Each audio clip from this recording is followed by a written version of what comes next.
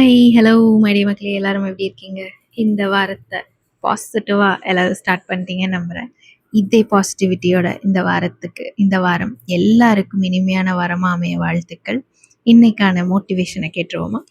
நம்ம வாழ்க்கையில் team work பண்ணணும், எல்லார் கூடயும் சேர்ந்து சந்தோஷமாக இருக்கணும், யார்கிட்ட எப்படி பேசணும்னு தெரியணும், யாரை எங்கே வைக்கணும்னு தெரியணும், நம்ம ரிலேஷன்ஷிப்ஸை எப்படி கொண்டு போகணும்னு தெரியணும், எந்த அளவுக்கு எக்ஸ்பெக்டேஷன் யார்கிட்ட வச்சுக்கணும்னு தெரியணும். நிறைய விஷயங்கள் கடந்தது தான் நம்மளுடைய இந்த சின்ன வாழ்க்கை இல்லையா? பாப்பா என்னடா போய்கிட்டே இருக்கே லிஸ்ட்டு. யாரும் இருக்கும் இடத்தில் இருந்து கொண்டால் எல்லாம் சௌக்கியமே, கருடன் சொன்னது.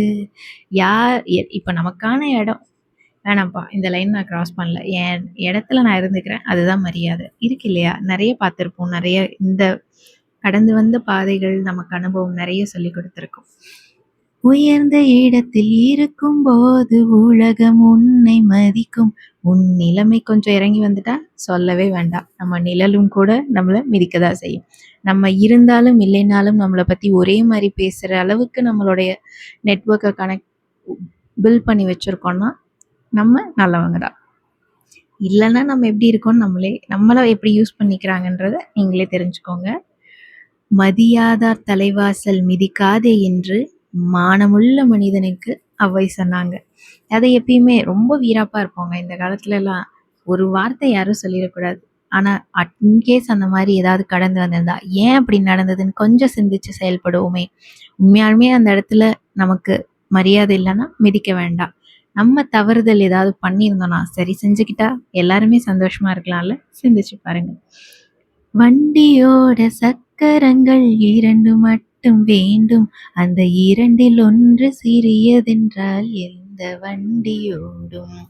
இது இல்வாழ்க்கைக்கும் சரி, டீம் ஒர்க்குக்கும் சரி, எல்லா இடத்துலையும் ஒரு குரூப்பாக செயல்படும் போது நான் சொல்கிறத கேளு நீ சொல்கிறத கேளுன்னெலாம் இல்லாமல் ஒரே மாதிரி சிந்தனையோடு செயல்பட்டோன்னா வண்டி முன்னாடி போகும், இலக்கை நோக்கி சீக்கிரமாக பிளான் பண்ணபடி ரீச் ஆகிடலாம்.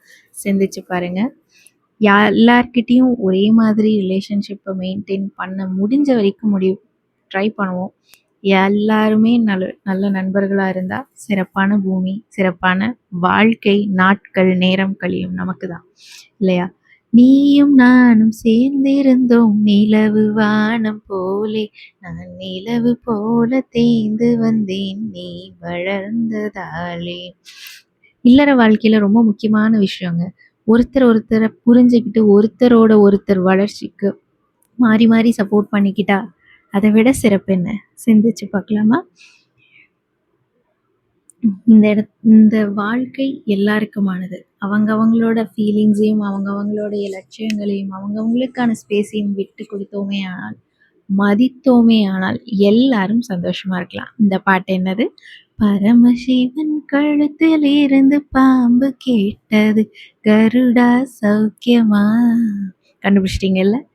யாரும் இருக்கும் இடத்தில் இருந்து கொண்டால் எல்லாம் சௌக்கியமே, கருடன் சொன்னது, அதில் அர்த்தம் உள்ளது. அன்னைக்கு சொன்ன எல்லா வரிகளுமே, கேட்குற எல்லா வரிகளுமே அர்த்தம் உள்ளது தான். சிந்தித்து செயல்படுவோம்.